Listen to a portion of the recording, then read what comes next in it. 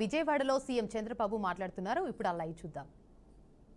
ఆ రోజు ఆశ్చర్యం, నన్ను ఎప్పుడు అసెంబ్లీలో నేను సెల్ ఫోన్ మాట్లాడితే అందరూ నన్ను ఎగతాళి చేసేవాళ్ళు. మీరు రికార్డులు చూస్తే సెల్ ఫోన్ తిండి పెడుతుందా, సెల్ ఫోన్ ఏం తెస్తుంది, ఎందుకు మాట్లాడుతున్నా అనేవాళ్ళు.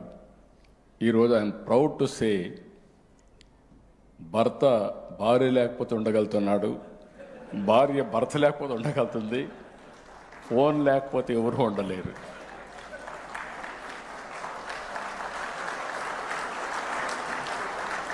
ఇప్పుడు నేను కూడా ఇక్కడ ఫోన్ పెట్టుకొని టైం చూసుకుంటున్నా. మల్టీపర్పస్ డివైస్ ఇది. ఇప్పుడే సత్యకుమార్ గారు చెప్పినట్టు ఒక్క ఫోన్ ఉంటే ప్రపంచంలో ఎక్కడికైనా వెళ్ళిపోవచ్చు, ఎక్కడైనా సర్వైవ్ కావచ్చు, అన్ని పనులు ఆటోమేటిక్గా అయిపోయే పరిస్థితి వస్తుంది. We are in knowledge economy. నేను అందుకే అప్పుడప్పుడు అంటూ ఉంటాను, don't work hard, work smart. ఆ స్టేజ్కి వచ్చేసాం. ఒకప్పుడు ఆఫీస్కి తిరిగేవాళ్ళం మనం. క్యాస్ట్ సర్టిఫికేట్, ఇన్కమ్ సర్టిఫికేట్, లేకపోతే అనేక రకాల సర్టిఫికేట్స్ కోసం తిరిగేవాళ్ళం. ఈరోజు వాట్సాప్ గవర్నెన్స్లో 730 సర్వీసులు ఆన్లైన్ ఆంధ్రప్రదేశ్ రాష్ట్రంలో అవైలబుల్.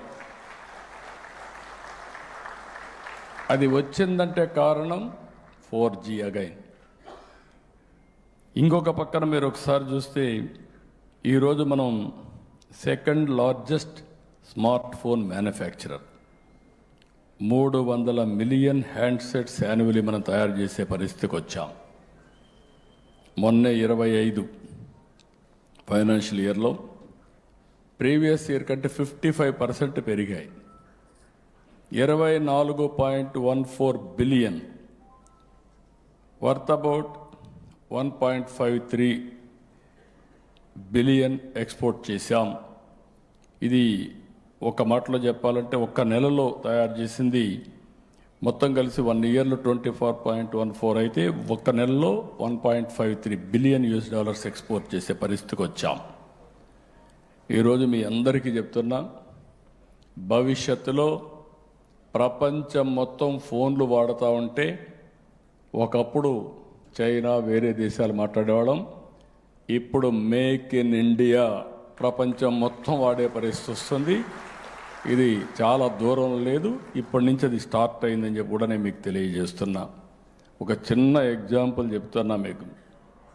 నేను డాక్రా సంఘాలని, మెప్మా సంఘాలని ఏర్పాటు చేశా. ఈరోజు చాలా పవర్ఫుల్గా వాళ్ళు తయారయ్యే పరిస్థితికి వచ్చారు. మెప్మా రాష్ట్రంలో 22 లక్షలు ఉన్నారు. వీళ్ళల్లో 14,70,000 మందికి ఫోన్లు ఉన్నాయి. అందులో 14,30,000 స్మార్ట్ ఫోన్లు ఉన్నాయి. అంటే ప్రతి ఒక్కరూ స్మార్ట్ ఫోన్ పెట్టుకోగలిగారంటే నా కళ. ఈ దేశంలో, ఈ రాష్ట్రంలో ప్రతి ఒక్కరూ స్మార్ట్ ఫోన్ ఉండాలి. ఇది ఎసెన్షియల్. ఇల్లు ఎట్లయితే అవసరమో ఏదైతే ఈ యొక్క స్మార్ట్ ఫోన్ కూడా అదే మరికి అవసరం అని చెప్పి కూడా నేను మీకు తెలియజేస్తున్నా. నేను రాబోయే రోజుల్లో ప్రూవ్ చేస్తాను. స్మార్ట్ ఫోన్ వల్ల వాళ్ళ ఆర్థిక పరిస్థితులు, జీవన ప్రమాణాలు, ఈజ్ ఆఫ్ లివింగ్ ఏ విధంగా పెరిగిందో డెమాన్స్ట్రేటివ్గా ఆంధ్రప్రదేశ్లో చేసి చూపిస్తామని చెప్పి కూడా మీ అందరికీ విజ్ఞప్తి చేస్తున్నాను. ఈరోజు ఇక్కడికి వచ్చినప్పుడు ఈ సక్సెస్ కారణమైనటువంటి మన వాళ్ళందరినీ కూడా మనం అభినందించాల్సిన అవసరం ఉంది.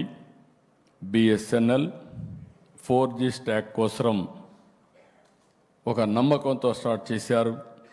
2020లో BSNL cancelled its global tender to ensure India's telecom future would not depend on foreign suppliers అని బోల్డ్ డెసిషన్ తీసుకున్నారు.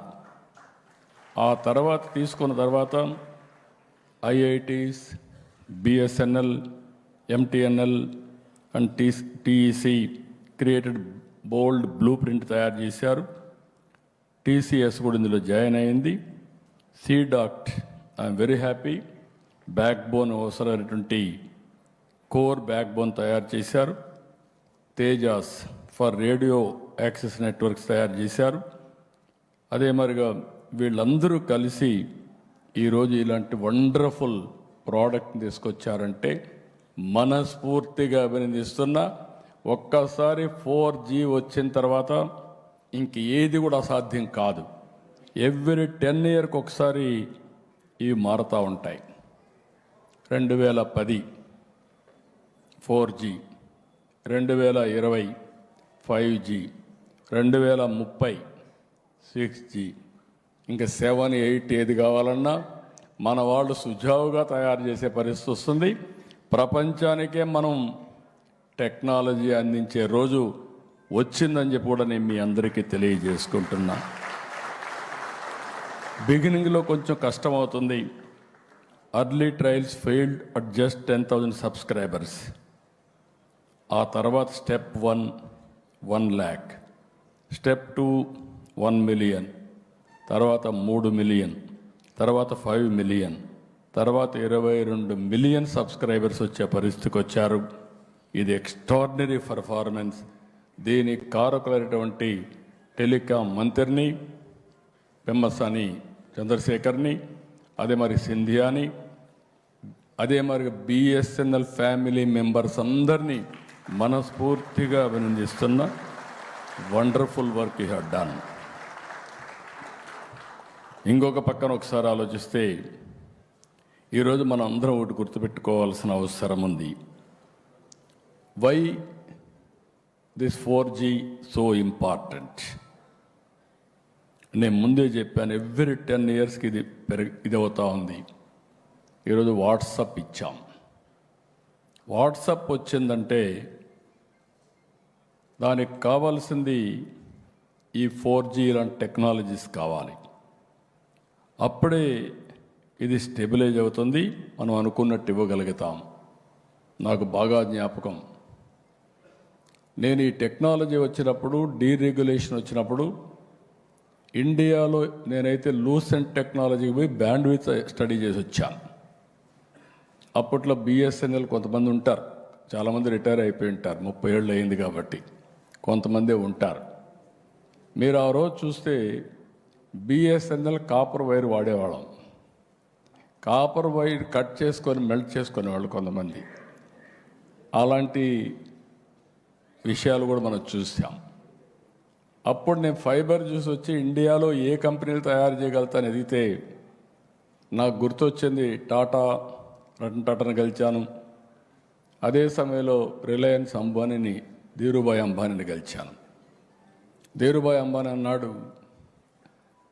నువ్వు చెప్పేది చాలా బాగుంది వినడానికి, కానీ ఇంతవరకు నేను రిఫైనరీ చేస్తున్నా, రిఫైనరీకి టెక్నాలజీకి చాలా వేరియేషన్ ఉంది, మంచి ఆలోచన, ఒక 4 రోజులు టైం ఇమ్మన్నాడు. ఆయన అందరితో బ్రెయిన్ స్టార్మింగ్ చేసి, నేను దావోసు పోయి తిరిగి వస్తే నాకు ఫోన్ చేసి, మీరు చెప్పింది వండర్ఫుల్ ఐడియా, $5 బిలియన్ పెట్టడానికి సిద్ధంగా ఉన్నానని ముందుకొచ్చి రిలయన్స్ ఇన్ఫోకామ్ స్టార్ట్ అయింది. 20,000 ఫోన్ అప్పట్లో 2,000కి వచ్చింది. ఆ తర్వాత మీరు గుర్తుపెట్టుకోవాలి, ఈరోజు బిఎస్ఎన్ఎల్ సర్వైవ్ అయిందంటే దానికి కారణం మీరు ఎప్పటికప్పుడు అప్గ్రేడ్ చేసుకుంటున్నారు టెక్నాలజీ. రిలయన్స్ ఇన్ఫోకామ్ చేయలేకపోయారు, అందుకే అది దెబ్బతినే పరిస్థితికి వచ్చింది. టెక్నాలజీ ఈజ్ ఆల్వేస్ ఒక ఇన్నోవేషన్లో ముందుకు పోతే తప్ప, మ్యాచ్ అయితే తప్ప సాధ్యం కాదు. ఒకప్పుడు బిఎస్ఎన్ఎల్ ఉంటుందా అనుకున్నప్పుడు ఈరోజు బిఎస్ఎన్ఎల్ ఈ దేశానికి ఒక దశ దిశ నిర్దేశించే పరిస్థితికి వచ్చింది. ఇప్పుడే మినిస్టర్ గారు చెప్పినట్టు ఆయన అభినందిస్తున్నా.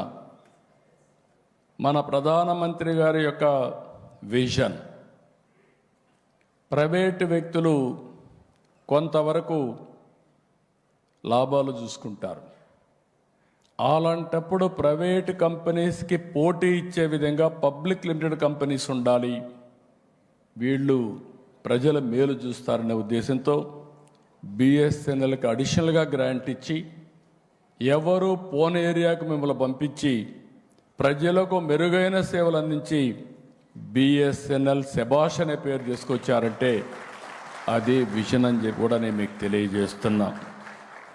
ఈరోజు ఇవన్నీ ఒక పక్క అయితే గవర్నమెంట్ ఆఫ్ ఇండియా టెక్నాలజీలో చాలా ఫాస్ట్గా ముందుకు పోతున్నారు.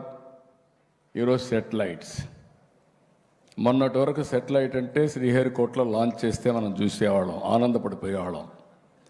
ఈరోజు ప్రతి ఒక్కరూ లాంచ్ చేసే పరిస్థితికి వచ్చేసారు. అందుకే నేను స్పేస్ సిటీ స్టార్ట్ చేశా. స్పేస్ సిటీలో టెక్నాలజీస్ అన్నీ ప్రమోట్ చేస్తాం. ఇంకొక పక్కన మీరు చూస్తే టెలికాం, ఈ మ్యానుఫ్యాక్చరింగ్ పెద్ద ఎత్తున పోవాల్సిన అవసరం ఉంది. ఆంధ్రప్రదేశ్ లీడ్ తీసుకుంటున్నాం, ఎలక్ట్రానిక్ సిటీస్ క్రియేట్ చేస్తున్నాం.